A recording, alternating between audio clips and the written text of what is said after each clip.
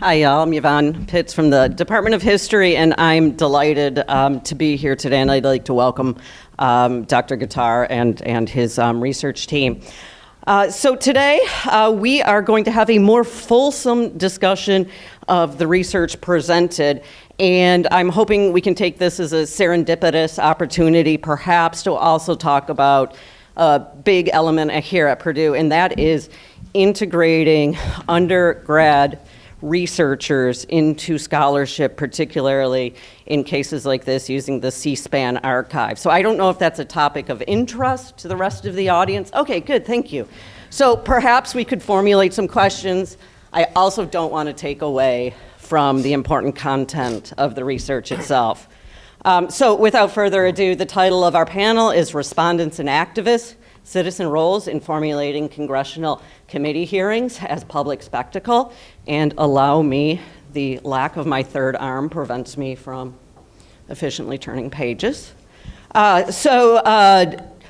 Josh Guitar is an assistant professor of communication studies at Kean University. After completing a BA in communication at Adrian College, he earned his MA and PhD in communication at Wayne State University. It's where I got my MA from, by the way. Right on. Warriors. I don't even remember what our mascot was, so I can't say go whatever. If you're old, you were the Tartars, but Okay. it became the Warriors. Yeah, I'm not going to try and date you. No, so. no, boiler up.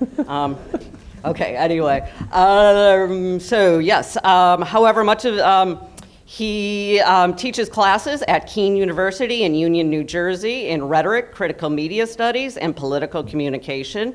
However, much of the contribution to this project was completed while he served in a similar capacity at Young Harris College in Young Harris, Georgia. He employs both classical and critical methods of rhetorical inquiry to examine mediated political discourse, oftentimes to interrogate the rhetorical manifestations of ideology that inhabit democratic discourse, civil liberties, and political equality. So in addition to a wide variety of journals, his most recent book is titled Dissent, Discourse, and Democracy, Whistleblowers at Sites of Political Contestation by Lexington Books in 2021. He has a research team that I imagine stood up to those credentials. So first we have Michael Perkins. He's a senior communication study major at Kean University. Outside of his studies, he has worked on state and local political campaigns. He intends to graduate in 2022 and is currently exploring job prospects in this brave new world. Michael has earned the Dean's List designation 7 consecutive semesters and is hoping to make it 8 by the end of the year. He is an outgoing study and eager to tackle any challenge that comes his way. And he is honored to have been selected for his first research team. Samantha Urash is an undergrad senior in communication at Kean University, where she focuses on media and film studies. In 2020, she earned her Associate of Arts degree in communication and certificate program in American ASL and Deaf Studies, American Sign Language and Deaf Studies, from Middlesex College. She intends to defend her, gain her BA in December 2022. And she has also been on the Dean's List every semester and is fiercely determined to apply her studies to the real world. Madeline, may I ask, I do not have a bio for you here, and may I ask you to tell us a little bit about Madeline. yourself, and I sincerely apologize. So what is your major, who are you, and what brought you to this project, briefly? So I graduated in 2022 with my degree in communication studies, concentration in media, and yeah, I've been working with Dr. Guitar. He was my professor. He taught my capstone class and all of that. So I've been working with him on the previous installation of this project as well as this one. I'm really interested in post-colonial studies as well as political rhetoric. I really like the critical stuff. I had something written down. It was not quite this, but that's who I am. I apologize. And yes, the critical rhetoric keeps our paychecks coming, right? Madeline is on the grad school market, so if anyone wants to plug their programs, Madeline is all ears. Thank you for the wonderful introduction. That was very kind and made me sound smarter than I think I really am. So this, as was alluded to by Madeline, who is at Young Harris College, and the rest of us now at Kane, this project is a couple of years old. We had the pleasure of presenting last year at the conference, although it was virtual. It's great to meet all of you wonderful humans in person now. There is one member of our research team who could not make it here, Dr. Sherry Bleem. She was actually my mentor at Adrian College, and there's a Hope College out here somewhere. Who's from Hope? Yeah, so MIAA, yeah, great. Sherry Bleem was my mentor at Adrian when I was an undergraduate, and so we have a 3-generational and now I think 4 schools represented on this project, so it's a nice diverse scope of humans. So to get into the project, I don't think it's surprising for anyone for me to say, hey, congressional hearings have recently become public spectacle with a much more regular occurrence in media discourse. I mean, certainly throughout history, we have some instances of that. We have obviously Watergate, we have the McCarthy hearings, we have Clarence Thomas. We've talked about Clarence Thomas today. There are instances throughout history, even dating back to the colonial era, where whatever media outlets exist do cover congressional hearings, and it can elevate to this kind of spectacle occurrence, as we're calling it. But certainly it's happening now with much more frequency. So, and obviously this is in part due to increased technology capacities, right? The smartphones, we can consume media, we can do it nonstop, right? All day, every day on our phones. So this is a multifaceted phenomenon. We're not trying to say that rhetoric and the rhetoric of these hearings is the exclusive reason for these things elevating to public spectacle, but we are determined to show that there are components of it, right, that are rhetorical in nature. So the things that the speakers are actually doing within these hearings that are causing the public and the media to pay more attention, right? What makes these hearings make headlines? Historically, most congressional hearings are not that exciting, right? In fact, the public pays very little attention to them, despite C-SPAN having wonderful coverage of them nonstop. So what makes some elevate to public spectacle and some, well, most of them don't? So we started this project a couple years ago, and we ended up with a lot of data points, and too many to actually cover in the one last year. So it's great that we're invited back to now do part 2 of our project, which is to explain the rhetorical appeals that occur during these hearings that help these things gain public attention. Last year, we ended up evaluating about 100 congressional committee hearings, and really just, we went right to the C-SPAN archives and said which ones have been viewed the most, right? And those tend to correlate with the ones that are kind of recast in media discourse over and over again. We took most of those hearings from last year, and a lot of that data, we kind of reanalyzed it again this year, but I'm sure you've paid attention. The January 6 hearings have happened, right? And now we have this kind of intentional spectacle that's being created where it's not just, okay, let's tune into, I think, Dr. Rice, you said, Ted Cruz trying to gain attention for himself, right? Which is a part of the fostering spectacle component. But we've got congressional committee hearings, albeit a select committee, but happening intentionally live on primetime television. I mean, this is like this is the pinnacle of kind of these hearings elevating to public spectacle, right? We are intentionally making them primetime events. So that's great because it makes our research look even better. Like, hey, we're theorizing something that is actually happening. We're not lying. But secondly, we had to bring in some hearings that probably haven't had as much attention in the C-SPAN archives yet just because of their recency. So for this project, for this year, we've settled on the kind of the top 50 from our research last year and adding in the January 6 hearings to see what are the most popular hearings that are making headlines, effectively is what we're looking for. Last year's, we just had too much data to get into one paper. I think Dr. Browning thinks our paper still was too long. But that's the rhetorician in me. Last year, we focused only on politicians. So we focused on the legislature, the senators and representatives within the committee hearings who are helping elevate these events to public spectacle and what they do, what their rhetorical appeals are. we've shifted things this year to include then the citizens that are in the room, right? So this is, I think, maybe a more unique application of the C-SPAN archives in that we are analyzing citizen rhetoric. So persons who are invited to speak in front of a congressional committee hearing or who are there maybe as activists for a cause, but also the persons, when we're doing these hearings live, the persons and in person, the individuals who are in the background, right, who are catching camera attention intentionally, right? They're wearing the same colored T-shirts. They're sometimes chanting. They're yelling at people who are in the room, And so these kind of contentious events evolve, and as media producers and consumers, we love that, right? Whether or not you want to admit it or not, we love this spectacle that gets fostered. So we're focused on the citizen rhetoric this year in congressional hearings and how they elevate to public spectacle. So I tasked our research team with just watching a lot of C-SPAN in the archives, and so I gave them all, gave them all hearings, and said, watch these, and all I want you to do is just anytime something gets said by a citizen in the room that piques your interest, just note it, right? Just describe it, detail it, give us quotations. Why did it pique your interest?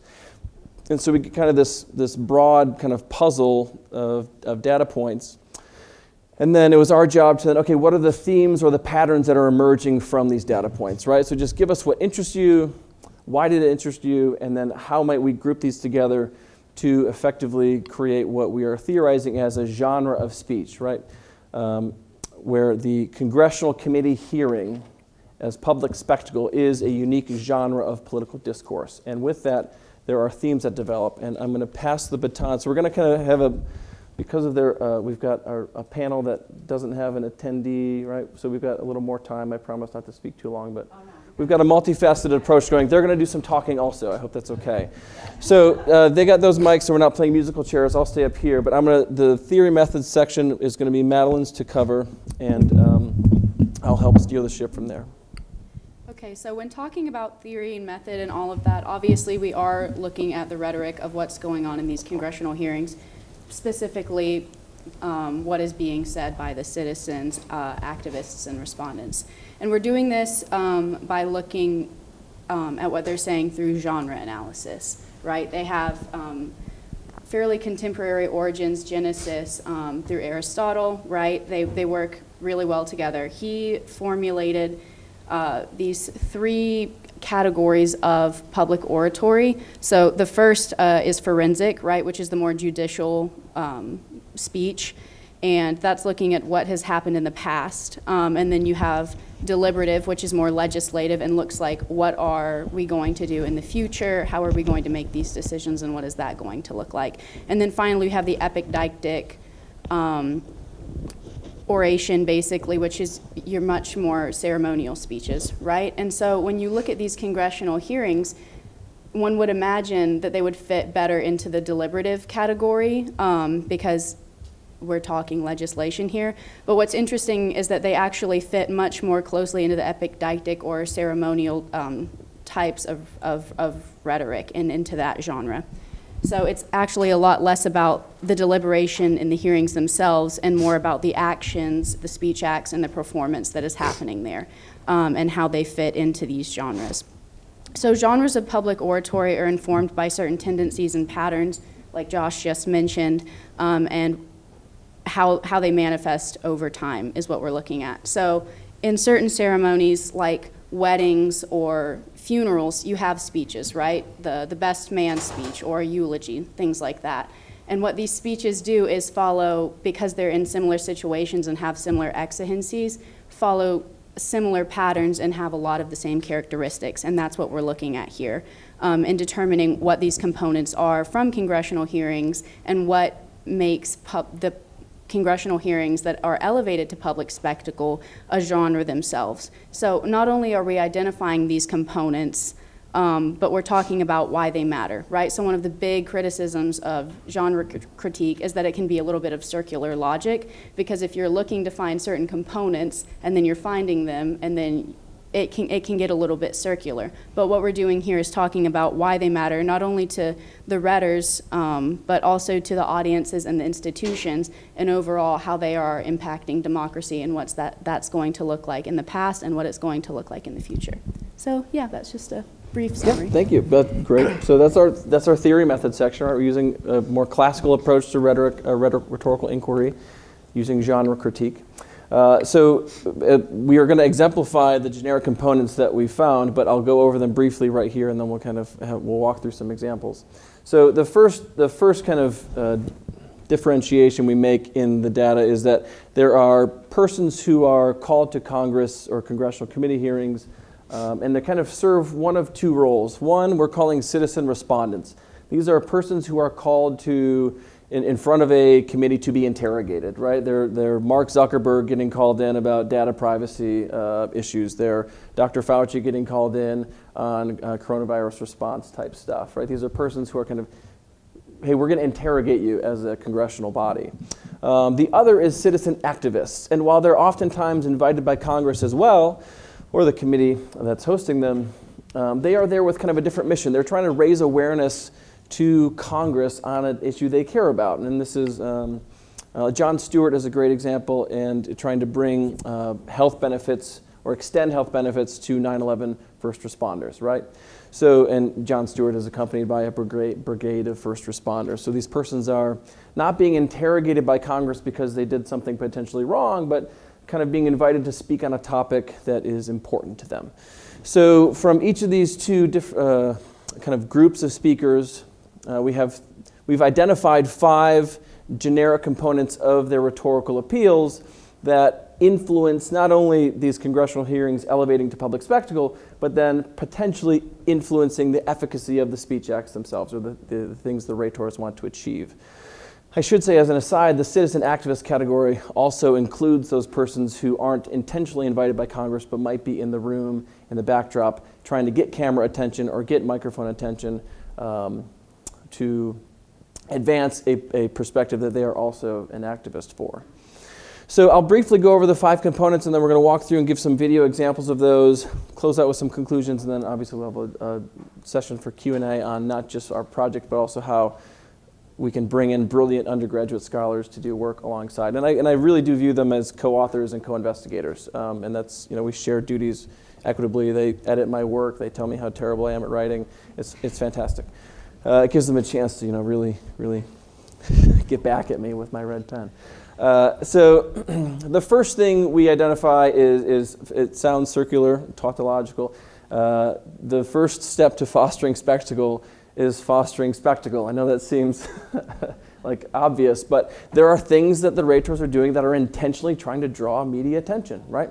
So they're whether it's the things they're saying, the keywords they're using, or in a lot of ways for citizen activists, it's celebrity appeal, right? We're bringing in Ashton Kutcher to talk about child trafficking, right? And these things intentionally, or they bring cameras into the room beyond just C-SPAN.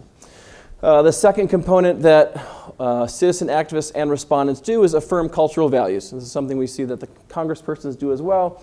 But in order to kind of establish ethos in the room, they will lean into something that they care about, whether that's equality, whether that's freedom of expression, some cultural mythos that Americans hold near and dear to themselves, right? They will tend to lean into one of those at least and reaffirm those cultural values in front of their audience. Thirdly, the thing they share is to empower Congress, right? And this is something that especially as a respondent you need to do, but activists are also kind of saying, hey, Congress, this is your job. You can act on this. Like, we trust you to do this thing. It's kind of like this rhetorical groveling at times of empowering Congress, reminding Congress that they have the capacity to make these changes or to respond accordingly. That from here we branch, and there's 2 unique traits that we find within citizen respondents and 2 unique that we find within citizen activists. Within citizen respondents, there is oftentimes an appeal to apologia, and the term or the word apology comes from apologia, but it's not just apologizing, it's self-preservation type speak, right? The respondent is called because they've done something probably wrong or Congress is reading as potentially wrong. Again, Zuckerberg and Cambridge Analytica is a great example, right? So Zuckerberg, and we'll show some clips, is appealing to his self-preservation, like, hey, I'm sorry, right? I'll be better here. I promise I'm a good person. These types of rhetorical appeals. As well, excuse me. I'm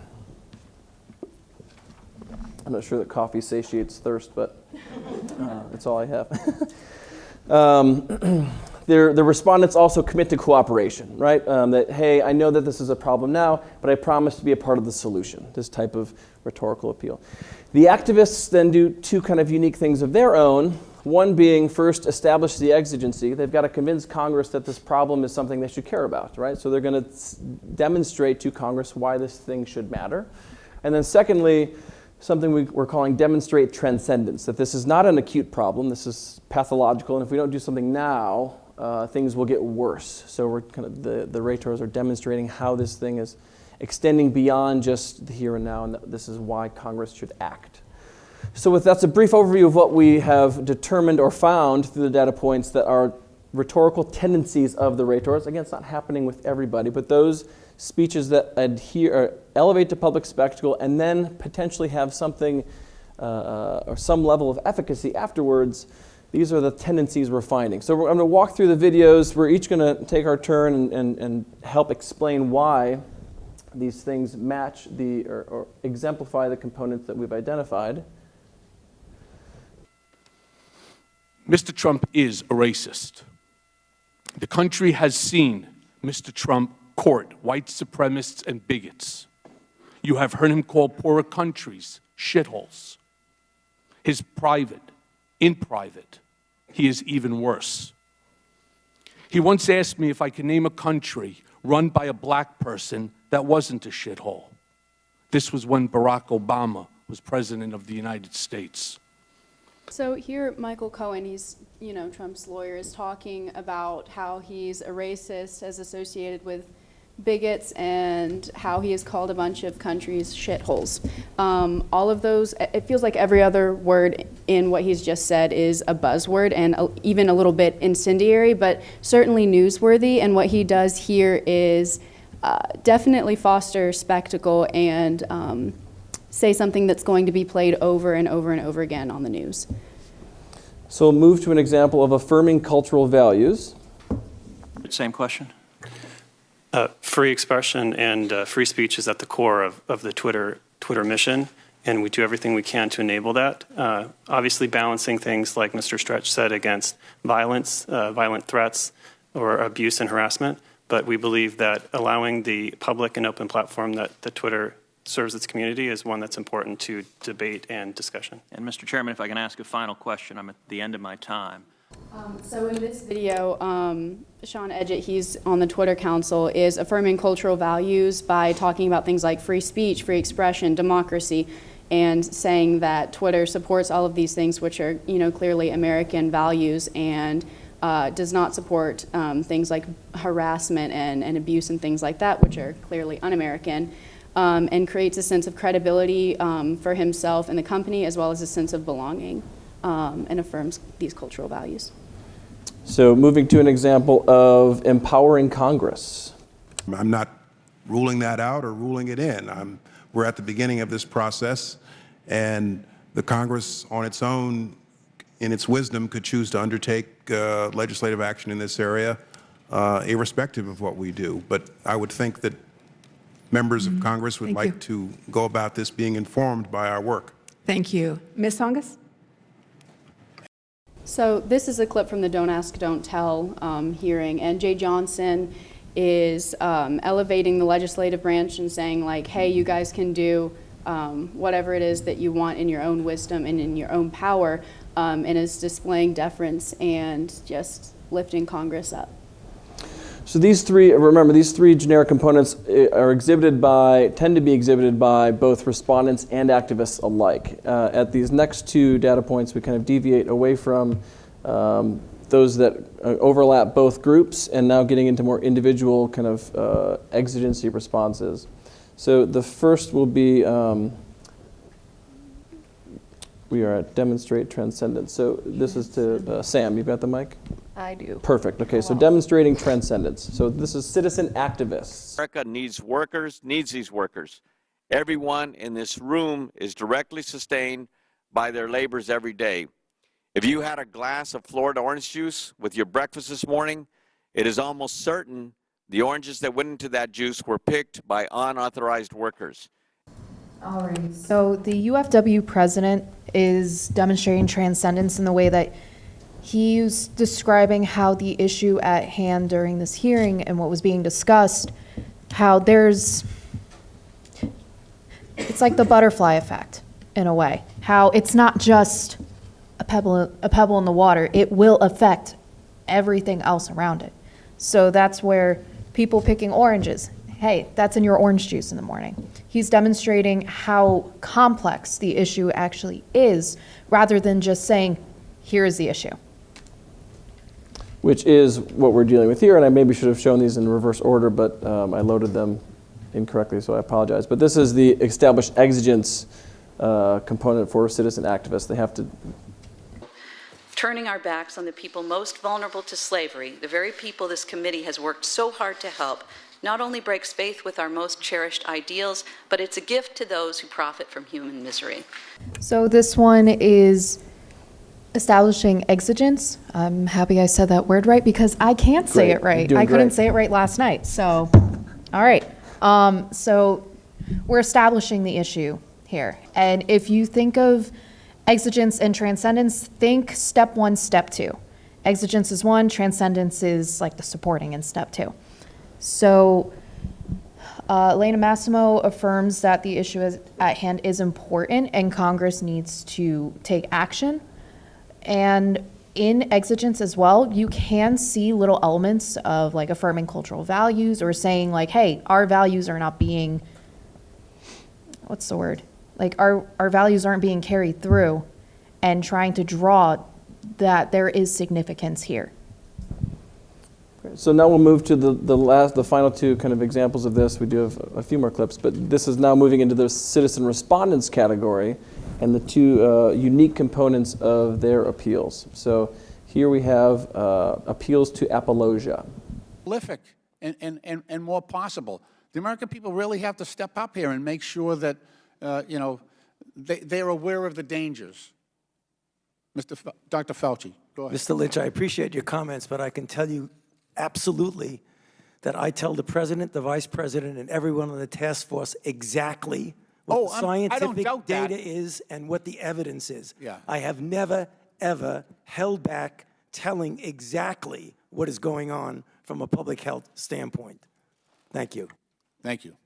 The gentleman's time has expired. The gentlelady from North Carolina, Mrs. Fox, is recognized for 5 minutes. So Dr. Fauci is demonstrating to his audience that he is working, like he's trying to convince the audience that he is working towards doing things ethically and morally, and he's trying to convince his audience that he is a good person. Appealing to apologia is saying like, I am a good person. I am doing all of these good things. They're trying to almost save face in that so people will side and believe more and have a little bit more, I don't want to say sympathy for their side, or, okay, then I can say that. Have a little bit more sympathy for that, for their side. And then finally from Sam, we have the commit to cooperation, which is a unique example, but I think worthy because we wanted to bring in some January 6th stuff.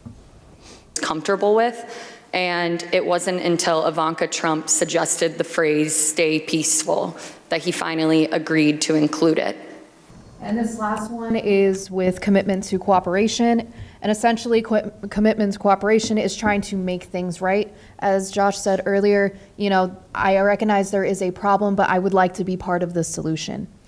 And I believe this is Cassidy Hutchinson. She was part of the social media team or social media analyst for the January 6th event, like the hearing. And she pretty much she's showing the cooperation, not mainly by the words she's saying, but her presence there, because she's trying to come forward and help create a solution there. And even though she is there, she is calling out politicians and people involved, like Ivanka Trump saying, she said, stay peaceful. And then Trump thought, yeah, maybe I should put that in there. Maybe I'll take that suggestion. She is making the attempt there. That being said. Yeah, and the key thing is that this is a kind of her presence alone as someone who worked closely with Trump and actually calling out Ivanka Trump and doing this on national television is an understated or unspoken commitment to cooperation. Like, I'm here to respond to your questions. I am cooperating. I know that the heat I'm going to get from the Trump camp by doing this. So we've identified these components. Now we also have found something unique then is kind of manifesting. So we've got these two classifications of citizens that are in these rooms, and they tend to align with either a citizen respondent posture or a citizen activist posture, but not intentionally, but there are certain rhetors who are recently using the citizen activist platform, even though they're respondents. And I think Mark Zuckerberg is a great example of this. So Mark Zuckerberg has been called before a number of congressional committees. And if you watch just his speeches over time, his rhetorical appeals change, right? Even though he's a respondent in each one of those, he's being called to Congress on a variety of issues. His rhetorical appeals are adapting. And I'm going to show two clips back to back, and then Michael's going to walk us through it, and then we'll wrap it up with the conclusion. So this is Mark Zuckerberg's, an earlier rendition of a speech where he's been called to Congress. And I'm just going to, both of these are in his opening remarks. We didn't take a broad enough view of our responsibility, and that was a big mistake. And it was my mistake, and I'm sorry. I started Facebook, I run it, and I'm responsible for what happens here. So now we have to go through all of our relationship with people and make sure that we're taking a broad enough view of our responsibility. It's not enough to just connect people. We have to make sure that those connections are positive. It's not enough to just give people a voice. We need to make sure that people aren't using it to harm other people or to spread misinformation. And it's not enough to just give people control over their information. We need to make sure that the developers they share it with protect their information too. This clip is a little later. Again, his opening remarks. Again, he's kind of being called to be interrogated by a congressional committee, but there's some rhetorical shifts that occur here. And we sit here. There are more than 1 billion people around the world who don't have access to a bank account, but could through mobile phones if the right system existed. And that includes more than 14 million people right here in the US. Being shut out of the financial system has real consequences for people's lives, and it's often the most disadvantaged people who pay the highest price. Michael? So everyone at least could clearly see that he is being called for two different things that Facebook did wrong. Specifically in the second one, Facebook was trying to create their own self-banking system using their own crypto coin to foster that banking system without the hands of the US government being on it, like forcing themselves to be in like Switzerland, the head of like most banking companies. But also a lot of people on the Congress suspected that that was to get around the US's financial system and how we operate money. Now, specifically in the first one, he's clearly appealing to Appalachia, saying I'm sorry, saying we'll do better, saying we're going to work on this and fix it to be better, but also using keywords like controlling information and others to foster spectacle in the space. However, in the second hearing, it's pretty interesting to see that even though he's being called as a respondent, not once does he apologize, not once does he admit to doing wrong, marking to do better. He instead takes the citizen activist approach and appeals to exigence in that he's pointing to a system that not many people do have access to. He is right that not a lot of people in poor countries have access to a personal bank account and could through a digital medium. That's right, but in consequence, he's not necessarily answering to the similar way that you would expect a citizen respondent to, as well as he's appealing to transcendence and he's putting to an issue the forefront that is not necessarily talked about, which is, as previously mentioned, the lack of ability to have a bank account for people in these undersurfaced areas.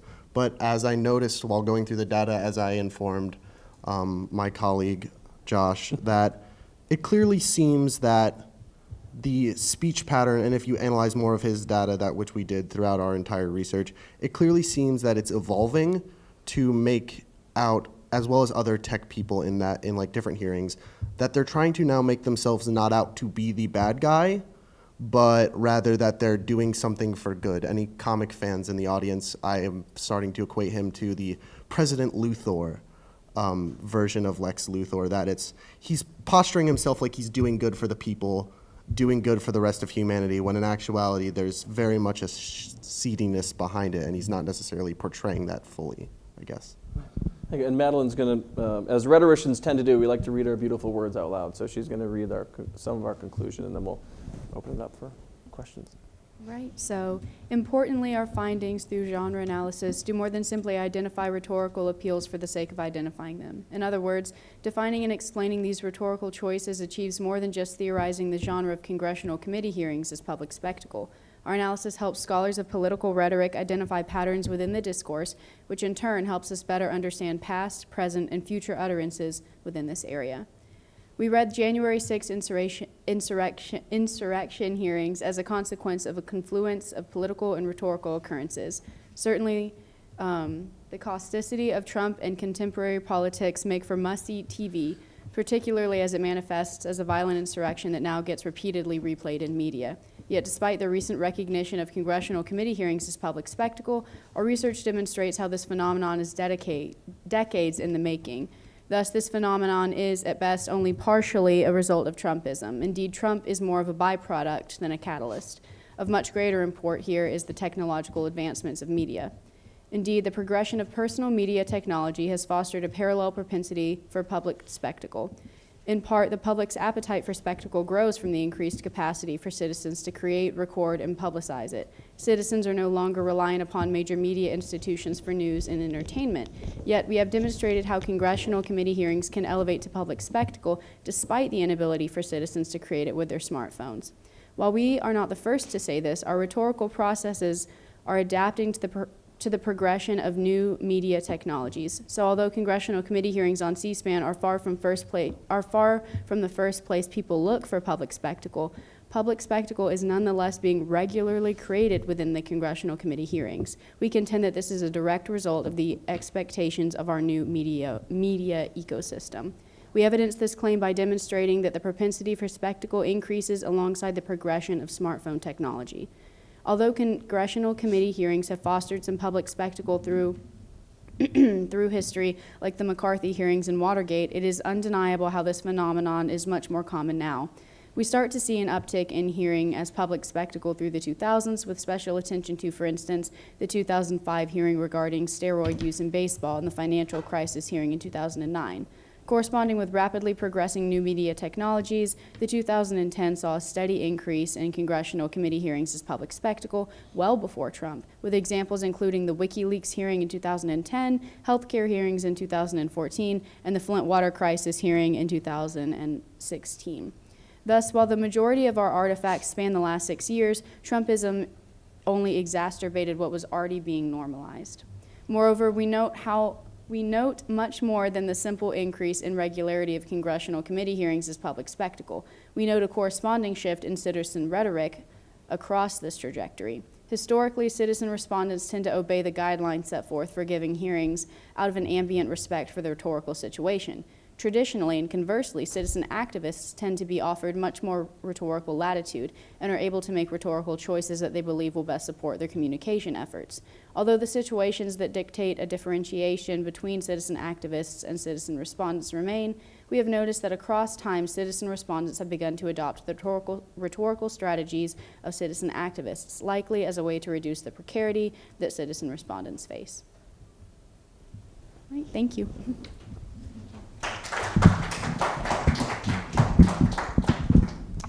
Wow, thank you very much. You were gonna wrap up with some concluding remarks? No, Madeline took us home. So Madeline took us home. Thank you, Madeline. Okay, let's open it up to questions then. I'm going to follow up on Michael and Zuckerberg because it's mostly in my mind recently. But wouldn't you say he's following public opinion rather than being an independent actor? I mean, he knows the climate of the committee. They all know the climate of the committee. And the staff, I'm sure, tells him it's going to be a rough hearing for him or something of that sort. So then he decides whether he's going to be the apologia or the aggressor. I would agree to that somewhat. I would definitely say that the climate would definitely influence how he would most likely tackle the initiation of it. But from like an overall standpoint, I would definitely say that as he's been to more and more Senate court hearings and been called as a civil respondent more and more times, he's slowly formatted the way he's spoken overall to a very much more activist response, as to deviate probably more so public's eyes rather than the senators there. But it's just his overall speaking patterns and inclinations have taken a more activist-sided role rather than a respondent's role. Where, yes, towards his earlier instances, when he was a newbie, fresh out of the grass, being called to the Senate for the first time, he would have been like, oh, yes, I'm terribly sorry. He'd commit to doing better. He was very much cooperative with the Senate, but now it's more on the lines of either he will state what Facebook is doing for the good of the world, or just straight not answer the question at all and just completely deviate from the topic entirely. Yeah, and one thing us rhetoricians will never do is say we're explaining everything, right? That certainly this is a multifaceted phenomenon. What's fascinating about Zuckerberg is that he's been called so many times, and that I don't know that he ever has truly appealing nonverbals, but he has at least been coached, and he has adapted his appeals, in part because of the political climate, I'm sure, but also that whether he's being coached or whether he's doing this intentionally isn't really the rhetorician's question, right? Where it's what is the performance and what are the potential implications? And he's achieving kind of this. He's able to avoid some of the precarity of the situation being called to Congress by adopting a more activist posture. So I'm sure he's being coached, right? I mean, there's no question about that. But the audience is still reading him and who he is, and they don't know what's going on behind closed doors. So, can I follow? How did you? I guess Zuckerberg, since you have the most examples, might be the best subject of this question. How do you chart that process from respondent, in the data itself? How do you say, okay, this is a transitory moment we're developing from respondent to activist within your methodology? Well, I mean, so we first, this is a conclusion we've drawn that we didn't intend to draw, right? We just get all the data points and then review them, and we kind of clump them together according to what we would call the rhetorical situation, right? Why are you being called to Congress? What is the event? Is it because you're being interrogated, really, or is it because you're being an activist for some type of cause? I mean, that's really where we first differentiate. This Zuckerberg phenomenon, I guess we can call it, is unique in that we started noticing that even though the rhetorical situation is for a respondent, right? He's being called to Congress. The rhetorical appeals he's advancing are those that are much more akin to what we notice the tendencies of the activists doing. So it's really kind of something that manifests from our data. There's here's what respondents tend to do, here's what activists tend to do. Zuckerberg's an anomaly in this. He's kind of, because of his experiences, I think transitioning, whether intentionally or not, into this much more palpable or palatable role as an activist. Thank you. Yeah, great questions. Great questions. And I think you wanted, Andrea, you mentioned too, we want to wrap about working with undergrads. And so questions about our research or how a team like this gets constructed and operated, I think is all fair game at this point. First of all, who in here uses their undergraduate students in their research or to be a research assistant? Not effectively, though, and that's why I'm so interested. I mean, I admit it. I totally admit it. Because, so for me, how do you get beyond, I'm a historian, and it's not fair to my undergrad researchers, because I just have them, coding inheritance records, which is so relentlessly boring.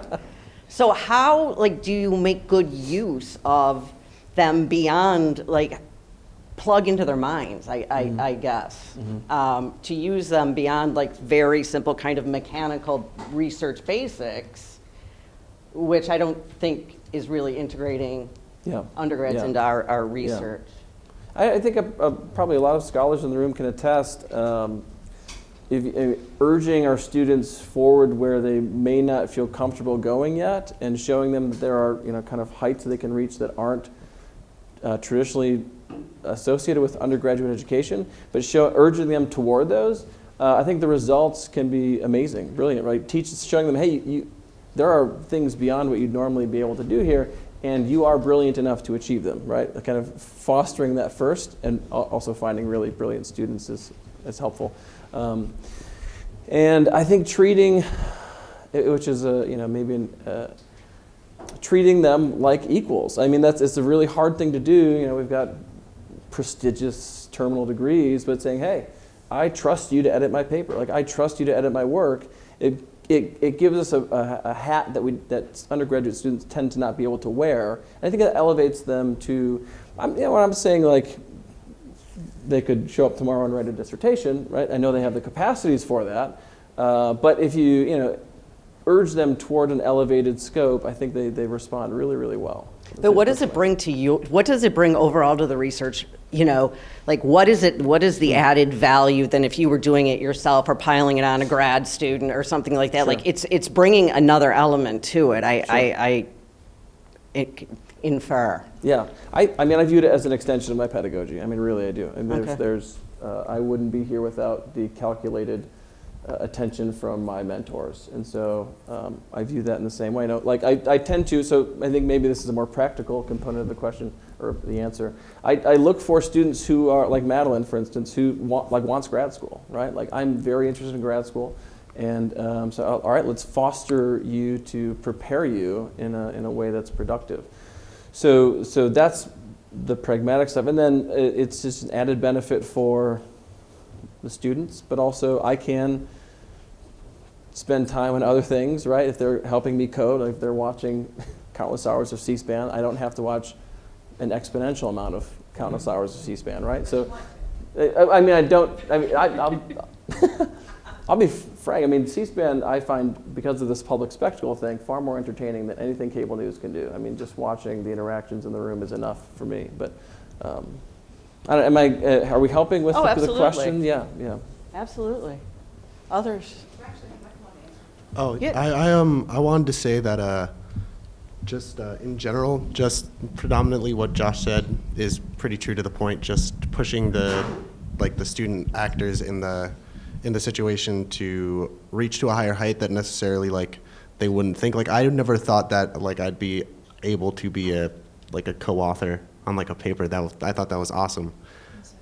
Yeah, as well as just specifically for that last question, could you repeat the last question again? Because I kind of got lost in his talking. I'm just wondering, as you're going through the research, you're bringing an element to it that old crusty people like us, no offense, Josh, I wouldn't call you old.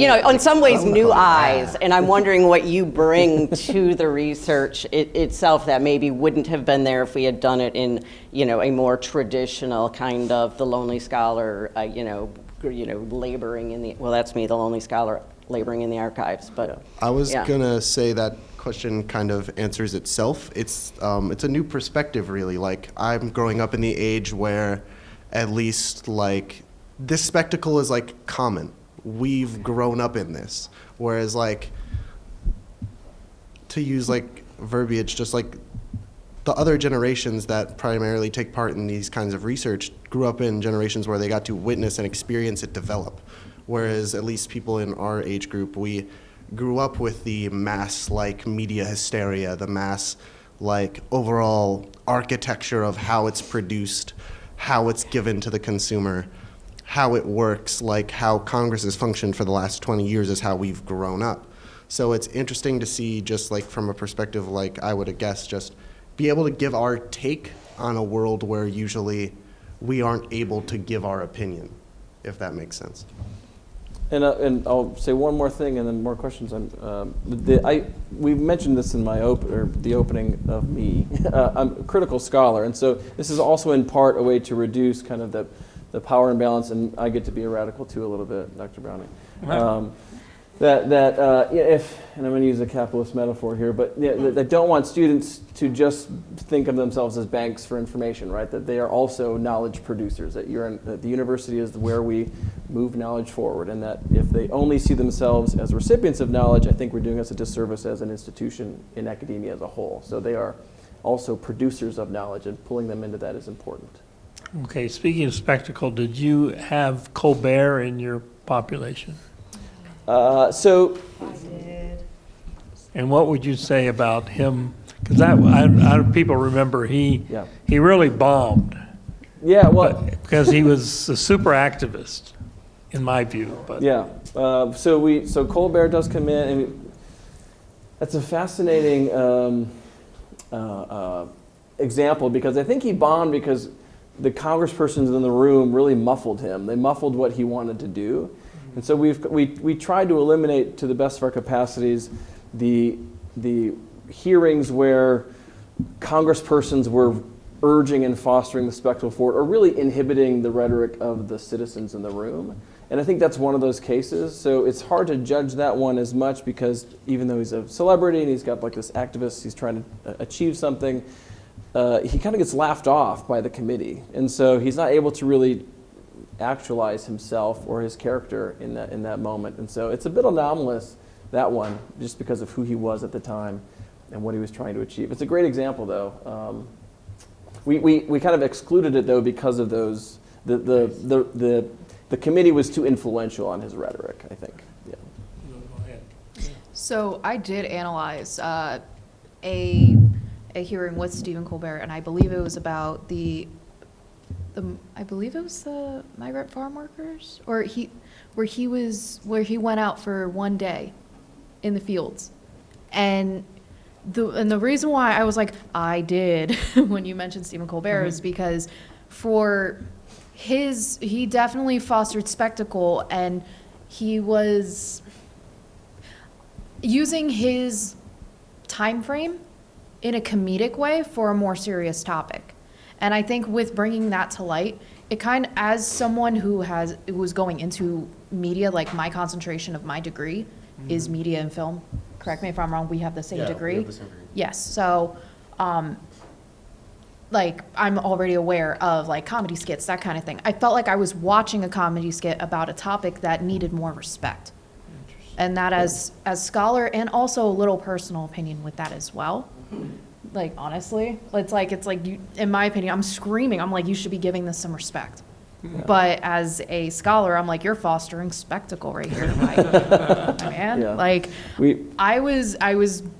I think I messaged everybody, or I may have emailed you, and I was like, I just watched the Stephen Colbert one. I don't like this. Yeah, well, for a second, but I was like, this is interesting though. We had a lot of hearings we watched. They don't all make the paper. This is one of them that just doesn't make the paper.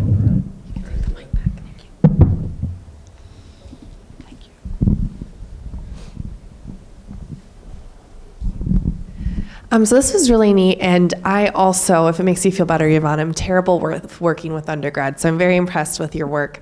My question for all of you is, when thinking about spectacle, right, there is some historical context to this. So how do you think, especially from some of you students with this background in undergrad with media, how do you think social media and sort of our unique media environment has led to perhaps like an amplification of some of this in a way that you think perhaps is different from like a historical understanding of spectacle? Do you want to go first? I can go first. I have something in my head. Madeline? I also have something in my head. You can go first. You can go first. All right. Hello, I'm back. So I feel like now with social media itself can create spectacle because of meme culture. Oh, yep. Meme culture, because it can take something that happened within like the news and then create like a laughing stock of it. It could also just twist it and make things false as well. So it does create like a discourse in what is true and what isn't. So when it comes to fostering spectacle, you also have to figure out, is this real or is this not? Because you can't trust everything that's out there. But more in a historical way, where we're learning things from textbooks and whatnot, we normally would trust everything's true on the book, in the papers, and everything there. But now in more media sense, although we can get media through, like we can get media news through like Snapchat, Twitter, Facebook, we have to question its authenticity at the same time. So whether it's genuine or not, I feel that creates spectacle there, and it gives us a little extra work to do. And I don't know if you want to build. So building on the just extra, like the specifically you were saying, like you necessarily can't trust spectacle anymore. You can see with, I don't know if any of you were keyed in like during like the Boston Marathon, the Boston bombing and stuff like that, that big Reddit debacle that happened. I think I overheard during lunch, you were a big like Reddit like person that analyzed and stuff. Basically, just to not go too deep into it, something really bad happened to someone that didn't deserve it. And that was primarily because a long thread on Reddit was created and developed, basically convicting illegitimately this guy who was supposedly in connection or had knowledge of, or I forget if just was, the other Boston bomber that got away. And basically they tracked down this guy. He got, I think it was arrested. It's been a long time, so I don't necessarily remember it fully. But it basically got to a point where this guy was in custody that had no connection whatsoever. And that was a massive like spectacle that was fostered via purely social media that had no backing whatsoever and was like just hounded on because at the time that was all they had. In addition to this, things like meme culture creating spectacle. I would hope we all remember the great instance of Mark Zuckerberg drinking water and looking like a lizard. That became a meme, basically calling him like a lizard man. Like that was an entire sphere. I could go into an entire like hour lecture on that.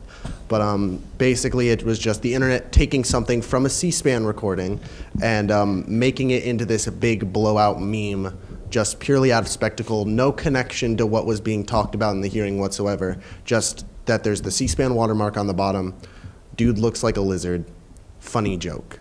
And that just blew up. And it's also kind of hit or miss. Sometimes they do, sometimes they don't. Sometimes more often than not they do. But basically the development of social media, getting things to be spectacle easier is just this. So imagine back in like the 90s, early 2000s, pre-Facebook, pre-AIM, pre-MySpace. The only way you could get news was either on the radio, in your car, or at home, via the newspaper, and on the television. And how many kids do you think actively sat at home instead of playing outside when the news was on? Well, now, he's not here anymore, but one. Me. Now, it's everywhere. You pull out your phone and you're getting notifications. You're scrolling through Twitter and it's in your passing timeline. You're on Snapchat, an app designed to send pictures to your friends about what you're doing. You scroll once to the right and you have updates on sports, news, like the Daily Mail, TMZ. It's so now prominent to where our face is and how easily accessible it is that it's almost like you can't help but see it. You would actively have to like break your phone, break your computer, break your car radio to like go out of your way to not see it at this point. It's so prevalent in our society, whereas before it was like you had to take the time and effort to actively indulge it, whereas now it's just completely passive almost. Yeah.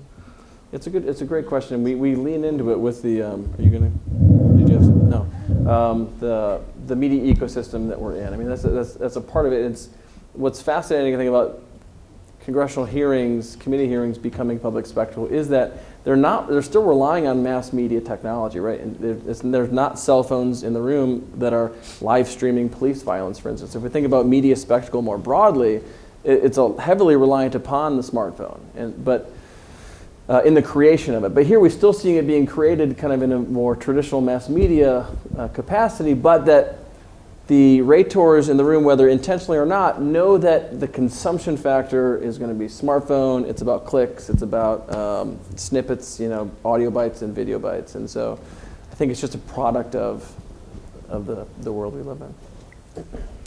Okay, I think that that's going to call our panel to a close. So I think we've launched several dissertations in the future based on this research. So mission accomplished. I'd like to thank our panelists.